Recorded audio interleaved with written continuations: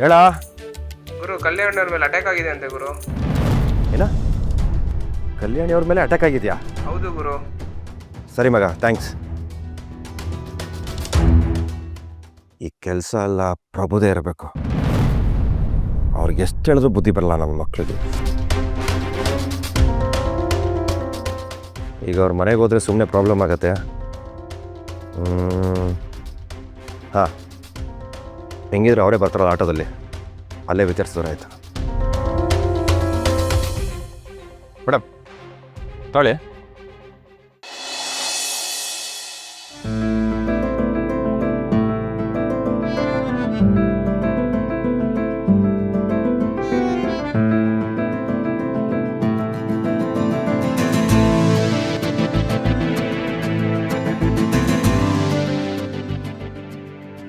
ಎಲ್ಗೆ ಬಾರ್ಗ? ಏ ಬೇಡ ಬೇಡ ಬೇಡ, ಬೇಸಿಗೆ ಅಲ್ವಾ? ಕುಡಿಯೋದ್ ಬಿಟ್ಬಿಟ್ಯಾ? ಇಲ್ರಿ, ಬರೀ ಬಿಯರ್ ಮಾತ್ರ ಕುಡಿತಾ ಇದ್ದೀನಿ. ಈಗ ಮ್ಯಾಟ್ರು ಅದಲ್ಲ. ಏನ್ ವಿಷಯ? ಅದಕ್ಕೆ ಮೇಲೆ ಅಟ್ಯಾಕ್ ಆಯ್ತಂತೆ. ಅದಕ್ಕೆ ಏನೇ ಎಮರ್ಜೆನ್ಸಿ ಇದ್ರೆ ಹೇಳಿ ಅಂತ ಹೇಳಿದೆ ತಾನೇ ನಿಮಗೆ. ಬರೀ ಹೆಣ್ಮಕ್ಳಿರೋ ಮನೆ ಕಣ್ರಿ ಅದು. ಹಾಗೆ ಮಾಡಿದ್ಯಾರು? ನೀನೇ ತಾನೆ. ನೀನೇ ಮಗುನು ಚೂಟಿ ತೊಟ್ಲು ತೂಗ್ತೀನಿ ಅಂತ ಹೇಳ್ತೀಯಲ್ಲ. ಸಾರಿ, ನನಗೆ ಮನಸ್ಸಲ್ಲಿ ಕಹಿ ಹಿಡ್ಕೊಂಡು ಬಾಯಿ ತುಂಬ ಸಿಹಿಯಾಗಿ ಮಾತಾಡೋಕ್ಕೆ ಬರಲ್ಲ. ನಮ್ಮಿಂದ ತಪ್ಪಾಗಿದೆ, ಹೌದು, ಒಪ್ಕೋತೀನಿ. ಈಗ ನನ್ನ ಉದ್ದೇಶ ನೀವು ಫ್ಯಾಮಿಲಿನ ಪ್ರೊಟೆಕ್ಟ್ ಮಾಡೋದಷ್ಟೇ. ನೀನ್ ಯಾರು ನಮ್ಮ ಫ್ಯಾಮಿಲಿನ ಪ್ರೊಟೆಕ್ಟ್ ಮಾಡೋದಕ್ಕೆ? ನಮ್ಮ ಅದಕ್ಕೆ ಫ್ಯಾಮಿಲಿ ಕಂಡ್ರೆ ನಿಮ್ಮದು. ನಿಮ್ಗೆ ಯಾರು ಹೆಚ್ಚು ಕಮ್ಮಿ ಆದರೆ ನಮ್ಮನೆ ಬಗ್ಗೆ ನೀನ್ ತಲೆ ಕೆಡ್ಸ್ಕೊಳ್ಳೋ ಅವಶ್ಯಕತೆ ಏನೂ ಇಲ್ಲ. ನಮ್ಮನೆನ ಹೇಗ್ ಪ್ರೊಟೆಕ್ಟ್ ಮಾಡ್ಬೇಕು ಅಂತ ನನಗೆ ಚೆನ್ನಾಗಿ ಗೊತ್ತು. ಆ ವಿಷಯಕ್ಕೆಲ್ಲ ನೀನ್ ಬರ್ಬೇಡ.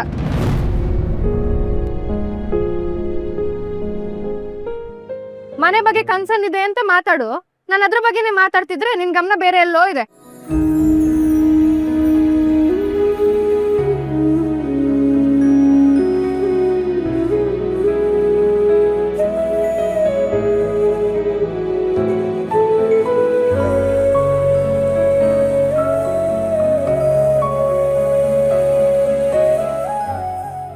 ನೂರು ವರ್ಷ ಚೆನ್ನಾಗಿಯಪ್ಪ.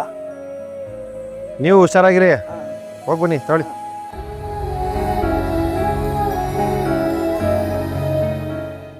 ಸಾರಿ ಕಣ್ರಿ, ಅವಾಗಲೇ ಏನೋ ಹೇಳ್ತಾ ಇದ್ರಿ, ಹೇಳಿ. ಏನಿಲ್ಲ ಬಿಡು. ಮನೆಗೆ ಬಂದಿದ್ದು ಯಾರೋ ಕಳ್ಳರು ಅನ್ಸುತ್ತೆ. ಅಕ್ಕ ಆ ವಿಷಯನ ಬಿಟ್ಬಿಟ್ಟಿದ್ದಾಳೆ. ನೀವು ಬಿಟ್ಬಿಡಿ. ಯಾರಿಗೂ ಏನಾಗಿಲ್ಲ ತಾನೆ? ಇಲ್ಲ. ದಯವಿಟ್ಟು ನನ್ನ ಕಡೆಯಿಂದ ಒಂದು ರಿಕ್ವೆಸ್ಟ್ ಕಣ್ರಿ. ನಮ್ಮ ಅತ್ತಿಗೆಗಾಗಲಿ ನಿಮ್ಮ ಕುಟುಂಬಕ್ಕಾಗಲಿ ಯಾವುದೇ ರೀತಿ ತೊಂದರೆ ಆಗಬಾರ್ದು. ನನ್ನಿಂದ ತಪ್ಪಾಗಿದೆ, ಅದನ್ನು ಸರಿ ಮಾಡ್ಕೋತಿದ್ದೀನಿ. ನಿಮ್ಮ ಕುಟುಂಬಕ್ಕೆ ಏನೇ ತೊಂದರೆ ಆದರೂ ನನ್ನ ತಂದೆ ಸಹಿಸ್ಕೊಳ್ಳಲ್ಲ ಕಣ್ರಿ. ಅವ್ರು ತುಂಬ ನೋವು ಪಡ್ತಾರೆ. ಇನ್ಮೇಲೆ ಏನೇ ಪ್ರಾಬ್ಲಮ್ ಇದ್ರೂ ನನಗೆ ಫೋನ್ ಮಾಡಿ ಪ್ಲೀಸ್. ಸರಿ, ಈಗ ಸ್ವಲ್ಪ ಡ್ರಾಪ್ ಮಾಡಿ. ಎಲ್ಗೆ? ಹೋಗ್ತಾ ಹೇಳ್ತೀನಿ ಬನ್ರಿ. ಹ್ಞೂ.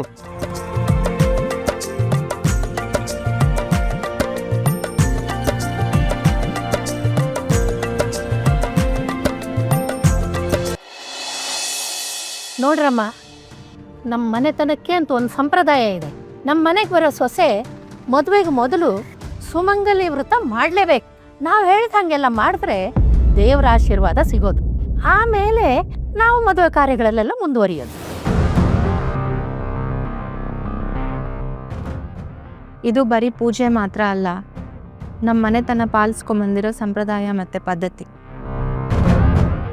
ನಮ್ಮ ಅತ್ತಿಗೆ ಹೋದ್ಮೇಲೆ ನಮ್ಮ ಮನೆ ಜವಾಬ್ದಾರಿನ ಕಲ್ಯಾಣಿ ಹೊರಬೇಕಾಗಿರೋದ್ರಿಂದ ಈ ವ್ರತನ ಅವಳು ಮಾಡಲೇಬೇಕು. ನಮ್ಮ ಕುಟುಂಬದಲ್ಲಿ ಈ ಥರದ ಆಚರಣೆನ ನಾವು ಯಾವತ್ತೂ ಮಾಡಿಲ್ಲ.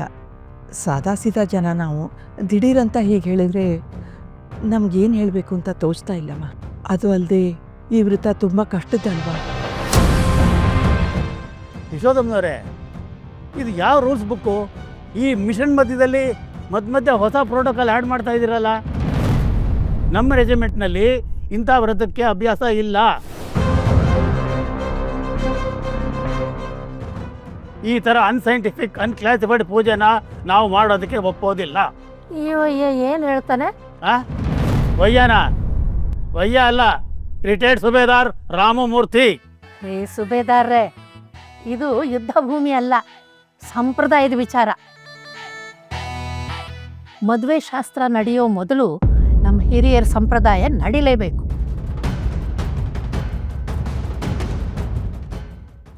ನಾವದನ್ನು ಪಾಲಿಸ್ಕೊಂಡು ಬಂದಿದ್ದೀವಿ, ಇದರಲ್ಲಿ ಯಾವ ರಾಜ್ಯನೂ ಇಲ್ಲ. ಇಂಪಾಸಿಬಲ್.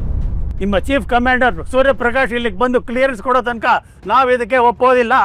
ಈ ವ್ರತದ ಬಗ್ಗೆ ನಮ್ಮ ಅಣ್ಣಂಗೆ ಒಪ್ಪಿಗೆ ಇರೋದ್ರಿಂದಾನೇ ಈ ವಿಷಯನ ನಿಮಗೆ ತಿಳಿಸ್ಬಿಟ್ಟು ಹೋಗೋಣ ಅಂತ ಬಂದ್ವಿ.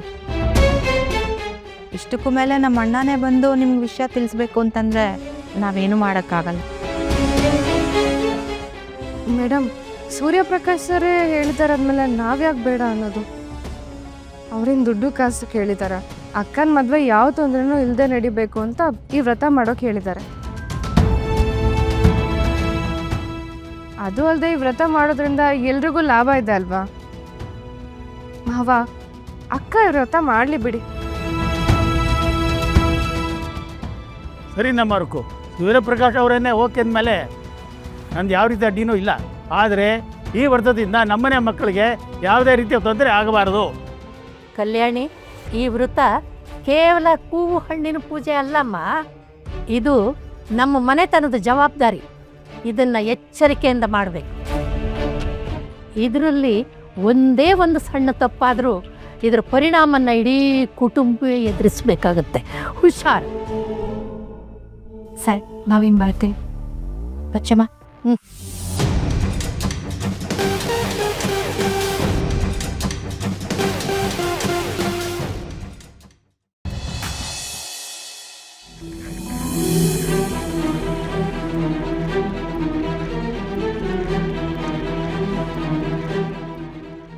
ಪ್ರಭು, ಆ ಕಲ್ಯಾಣಿಗೆ ಸುಪಾರಿ ಕೊಟ್ಟಿದ್ದೆ ನಾನು.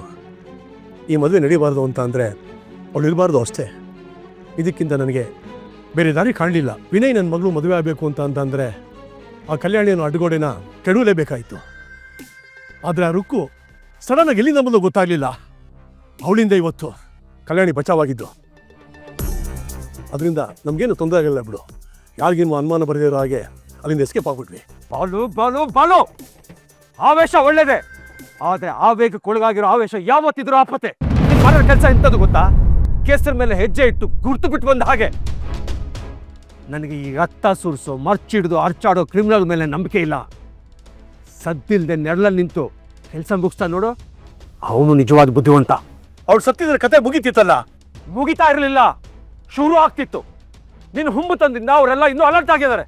ಇನ್ನು ಮುಂದೆ ನಾವಿಡೋ ಪ್ರತಿ ಹೆಜ್ಜೆ ಮೇಲೂ ಅವ್ರಿಗೆ ಸಂಶಯ ಹುಟ್ಟುತ್ತೆ. ಕೆಲಸ ಹಾಳು ಮಾಡೋದಕ್ಕೆ ಇಂಥದ್ದೊಂದು ಸಾಕು.